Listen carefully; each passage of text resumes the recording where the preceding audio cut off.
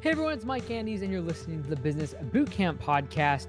Today's show is sponsored by Gusto. If you haven't already, go to gusto.com/bootcamp. Try out their software completely free for 90 days. Their mobile app is super user-friendly for your employees to clock in and out of, as well as see their paychecks, see where all of their taxes and all the rest of it's going. Check it out today. Go to gusto.com/bootcamp and try it out for free for 3 months. Okay, so yes, the title of today's show is not clickbait. I'm going to be a little bit vulnerable and share some of the things that I'm going through right now, because I know a lot of you are also going through your same problems and issues and things in your business. And to think that everything goes hunky-dory for anyone that is sharing on YouTube or the internet about their business and they're trying to help other people does not mean that their business goes perfectly. I do not care if you talk about Grant Cardone or Gary Vaynerchuk or any, Priscilla or any other great entrepreneur is way more popular than I am on the internet. They all have bad days. Now, the one thing that I am committed to doing as I continue to grow my personal brand and my businesses is be really open and transparent about the bad days, the good days, the bad days, the good months, the bad months, the months where it is exhausting, the months where we lose money, and all the rest of it. So I hope that in doing that in 5 years, that when someone sees me in 5 years, it's not like, oh, like everything's so great. And they'll be able to see the times where there's weakness. For example, when I watch Gary Vaynerchuk, who I get a lot of my inspiration from a culture and building team standpoint. I get a lot of that from him. I've learned a lot from him on that angle. What I wish he would share more of is the times that he's not doing well. Like when COVID struck, like I really wish I would have seen the daily meetings of the firings that were happening and the layoffs and them having to make really hard decisions about their leases changing. I wish I could have seen that. And I'm determined that as I feel I'm going to have the audacity to say that I'm going to get to that level of business, that I want to share those parts, because I feel personally that's where my audience can learn the most from. I love to see people succeeding. That's great. It's inspiring, but I can learn the most from when they're making mistakes and they're struggling, because it makes them feel like, oh, like they're human. Because guess what? Everyone's human. Everyone makes mistakes. Everyone has bad days. Everyone has days where their company loses money. And so I feel like sharing that is important. I feel like if you think anyone does not have those days, you're delusional. And for people not to share that, I feel is somewhat damaging to the audience, because the audience starts to judge themselves through the lens of what is shown and reflected through public image. I put this post up. Last week. I said that people judge themselves in private based upon the public lives of others. Just think about that for a second. We judge ourselves in private, and like we're so bad in private, in our behind closed doors when no one else is watching. We judge ourselves based upon what everyone's just sharing on social media and YouTube and what they're showing publicly. Because guess what? They got their own skeletons in the closet. They got their own problems, their own issues. Their business also has its problems, its employee issues, its financial problems.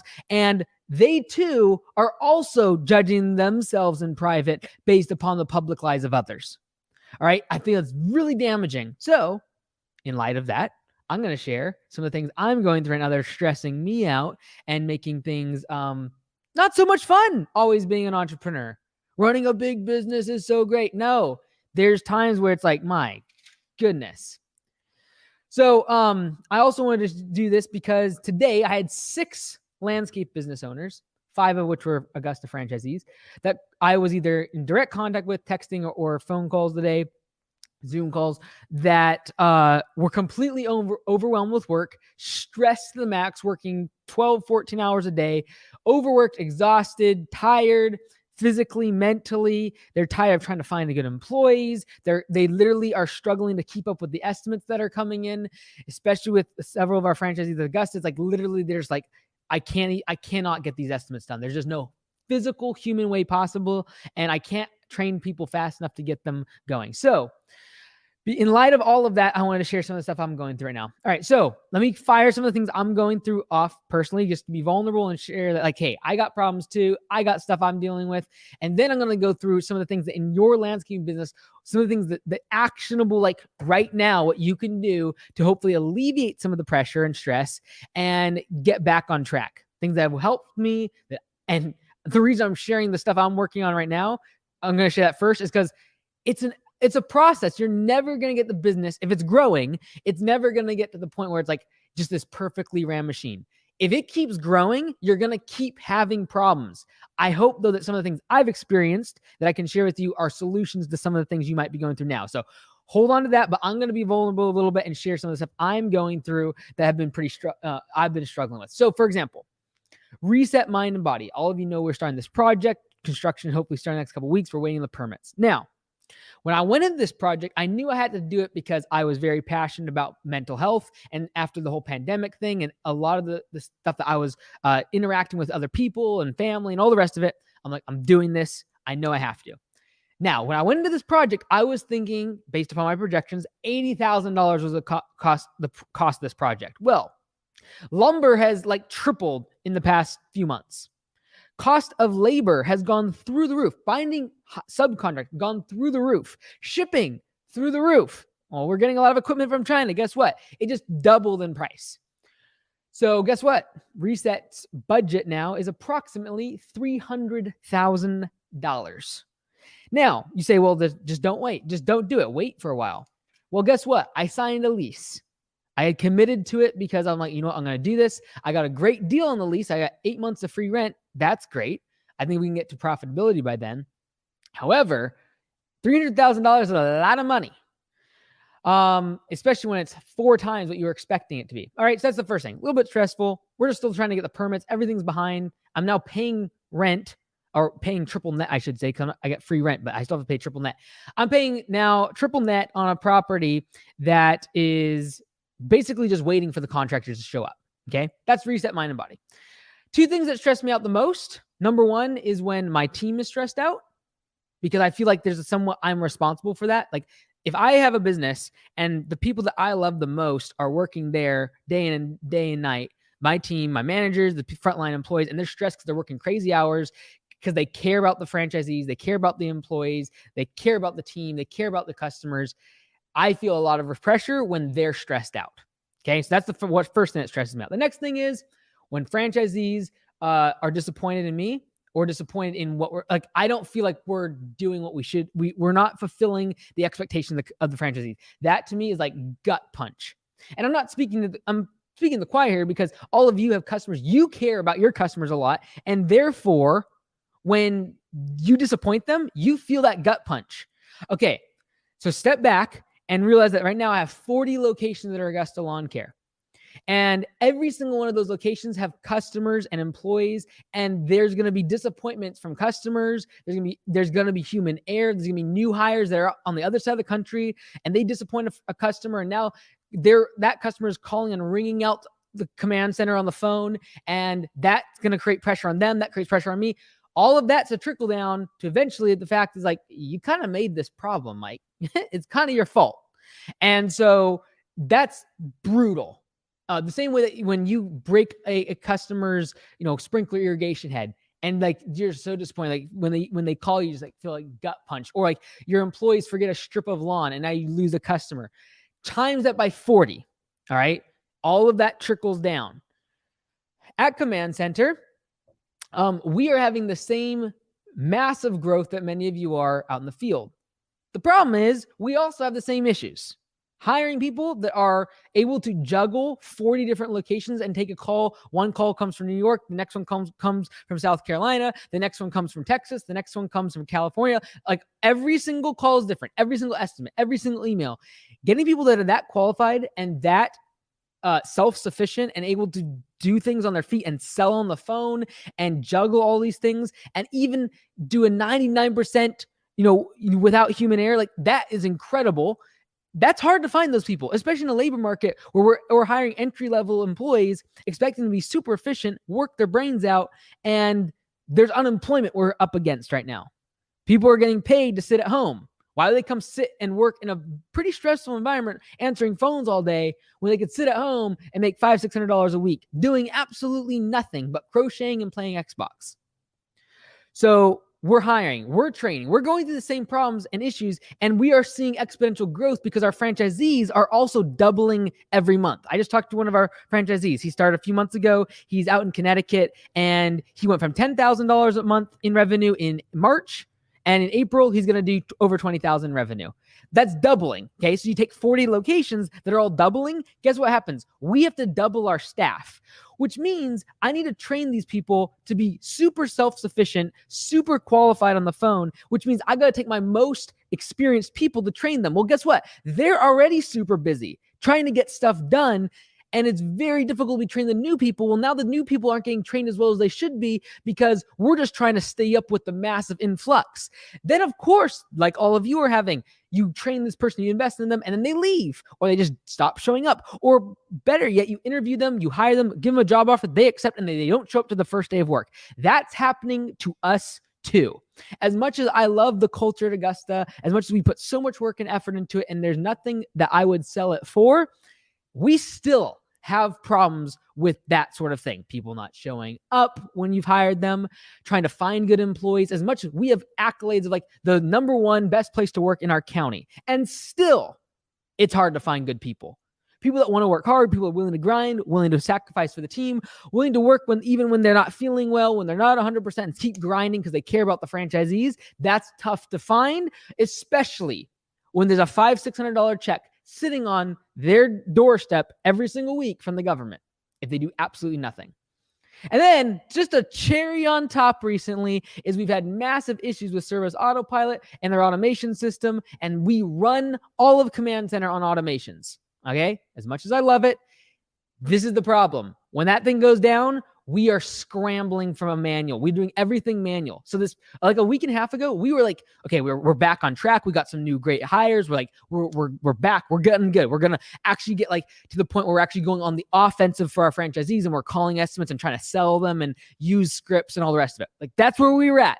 And then we had this nice little thing called Service Autopilot go down, and now we're manually going through every single location's dispatch board and trying to find the estimates, trying to figure things out because the automations aren't triggering correctly. You know how frustrating that is? Because 6 hours of that is literally thousands of emails at Command Center. And when you get thousands of emails behind at Command Center, you know what happens? You start missing phone calls. And so the phone calls start becoming voicemails. Well, those voicemails are the result of our franchisees paying for ads. And so that's just pressure, like pressure on me, pressure on our Command Center staff. And it's something in that case we couldn't control. And we just knew we're falling behind. We're falling behind, and stuff is going to fall through the cracks because now there's not automations. We have to like double, triple check. We're quadruple check. We're second guessing ourselves on everything because now it's all manual on 40 different locations. If it was one, it'd be okay. You'd spend the night, you'd stay up late, you'd get it done. Well, when there's 40, that's not easy. And then there's all the random other stuff, the little like chinks in the arbor, just like the constant little tick, tick, tick, like even the other day, like stuff that's not necessarily business related. There's personal stuff. There is, an employee the other day, one of his closest friends passed away, had to leave for a couple of days. Like that is, it's not, I don't know that person. But the team member is valuable to me and is a friend and is a part of the team. That's just a little chink. It's a little chink in like your day. It's a little chink in like what you're trying to do and your determination to grow this business. And it's just another tiny little brick on the load that you're trying to bear in your business as an operator, as an entrepreneur. It's just another little weight, another straw on the camel's back. And that's just like every day, like 10, 15, 20 of those things piled on top. So that's some of the things I'm going through. Now I'm gonna go for specifically if you're a lawn care landscape professional and you are overwhelmed right now. If you're overwhelmed with work, the spring rush has hit you hard. You can't find good employees. You literally have so many estimates you cannot deal with the work. I'm gonna go through some things that have helped me a lot, and this is stuff that I like literally today said like 3 or 4 times. I'm gonna hopefully help some of you if you're in the same case. All right, first things first. If at all possible, do not cancel estimates and do not cancel jobs.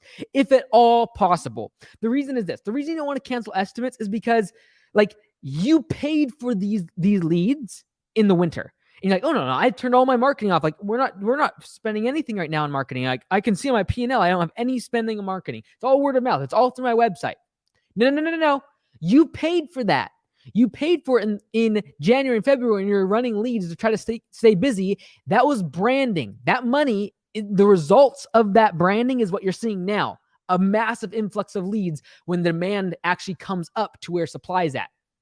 So if at all possible, optimize your estimates. Try to make sure that you actually optimize your estimates. Maybe on one day you do estimates on, like, maybe one Monday, Wednesday, and Friday you do estimates. So that way, instead of having 5 estimates every day of the week, you have 10 on 3 days, because you'll be more efficient.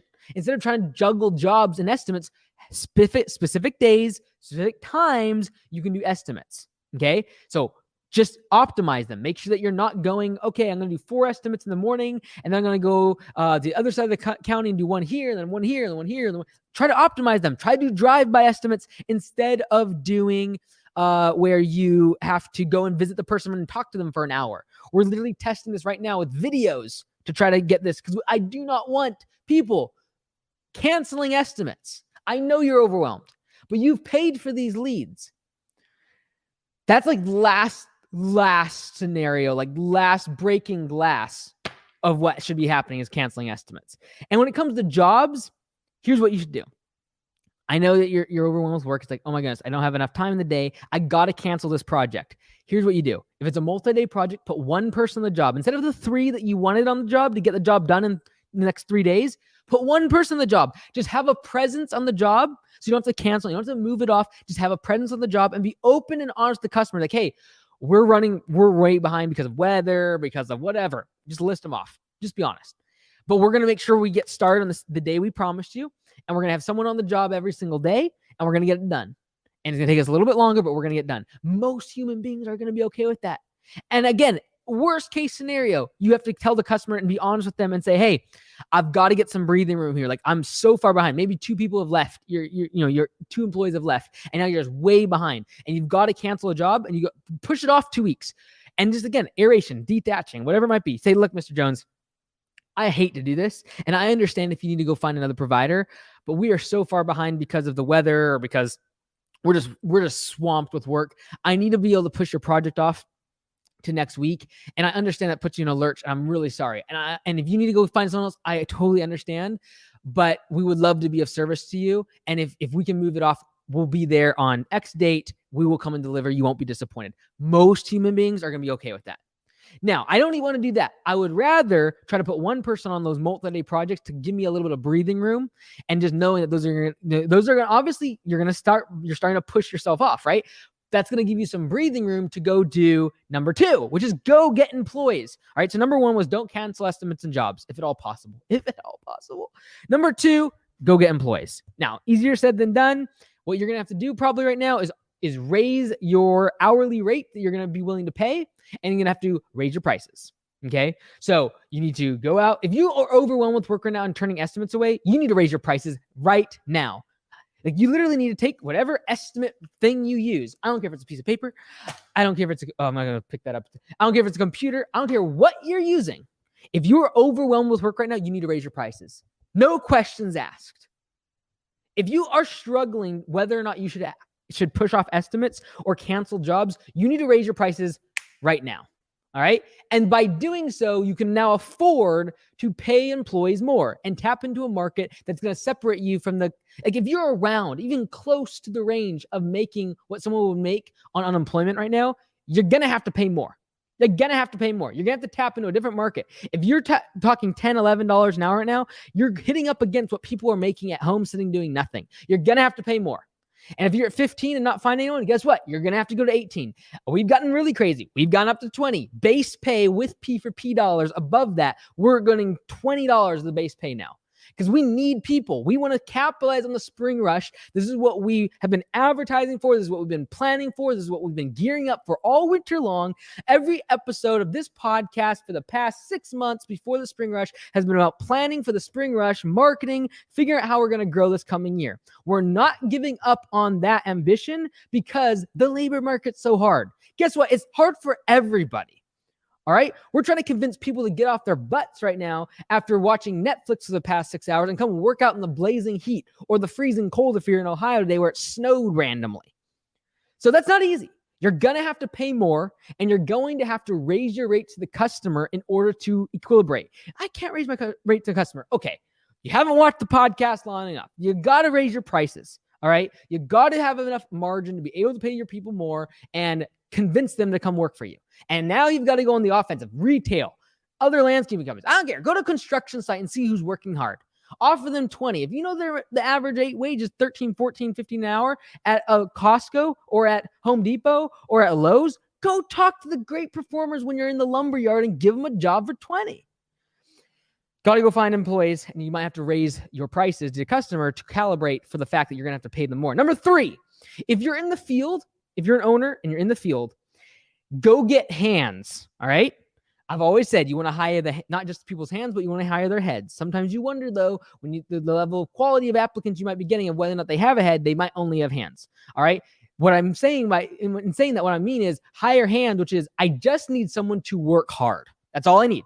I don't need someone to think much. I don't need someone to be able to drive a big truck and have a bunch of skill. I just need hands. Because if I'm an operator out in the field, I can double my productivity, double the amount of work I can get done. If I can just have another set of hands in my passenger seat, that when I'm doing a cleanup or I'm doing a weeding job or I'm doing something, they can do some basic labor service and pick up the debris or pull a weed or two. And I'm there all the time for managing them.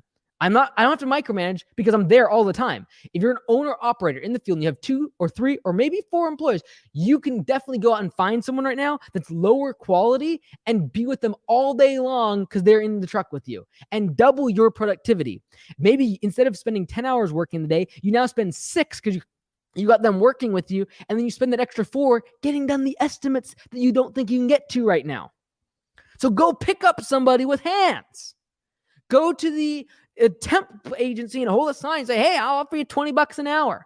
Whatever you got to do, because you're going to double your productivity. By doing so now, you're going to pay $20 an hour. Oh no, Mike, in my market, 12, 13 is average.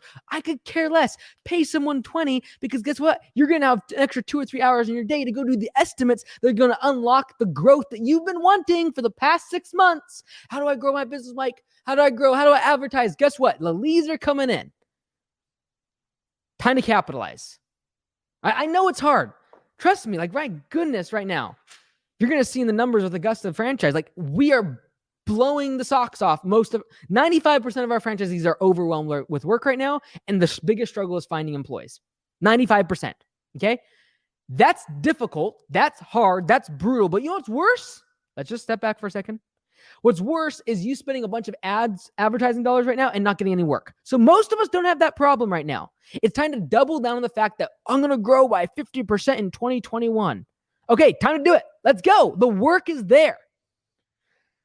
Number 4, turn off your marketing and raise your prices. If you are marketing right now and your estimates are not getting done for a week or 2, or you're 5, 6, 7 weeks booked out, or you don't have enough employees to get work done tomorrow, why are you marketing? You need to stop your marketing, go find employees, and raise your prices. Raise your price. Everything's going up right now. Cost of lumber is going up. Real estate prices are going up. The stock market's going up. Everything is more expensive, including labor. You need to increase your prices.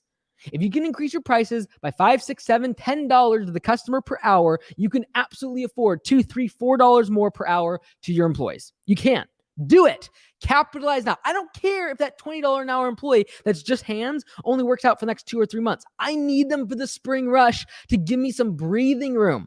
And everyone's like, oh no, you're going to have like a 50-day step plan for your hiring process. Well, guess what? That doesn't help me tomorrow when I have 16 budgeted hours for every person in my business. And guess what? They're not going to work 16 hours. They're going to work 8 or 10, maybe 12.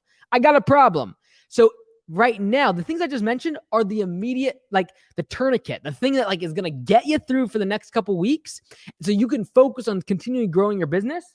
These are not long-term solutions. I do not recommend going to Lowe's and Home Depot and offering someone $20 an hour because they're a great employee and you can see their great communication skills and like, you'll start tomorrow at $20 an hour. I don't usually recommend that. You guys know that. But guess what? Desperate times call for desperate measures. And that's where we're at. Desperate times. I'm going to go ahead and close it out right there because I have church tonight. I got to leave. And I know there's a ton of comments and I appreciate you all hopping on here. But if you guys could share this with someone else, another landscaper, I would really appreciate that. There is absolutely nobody that is successful in business that does not have bad days, has time that they doubt themselves, question whether or not they should have gotten into business, wonder if they're going to go belly up, wonder if they can ever find a good employee. Like the worst thing is when you're so maxed out, you just don't know how anything's going to how are we going to get this stuff done? You have so much jobs on the schedule, estimates are pouring in, the phone's ringing off the hook. And then, of course, that's the moment when people leave. I've got a vacation. I've got this. I'm sick. I got to go leave. I can't work anymore. Like, I'm going to move. All of that stuff happens right then. Guess what? You get hit, you got to bounce back. And it's not easy.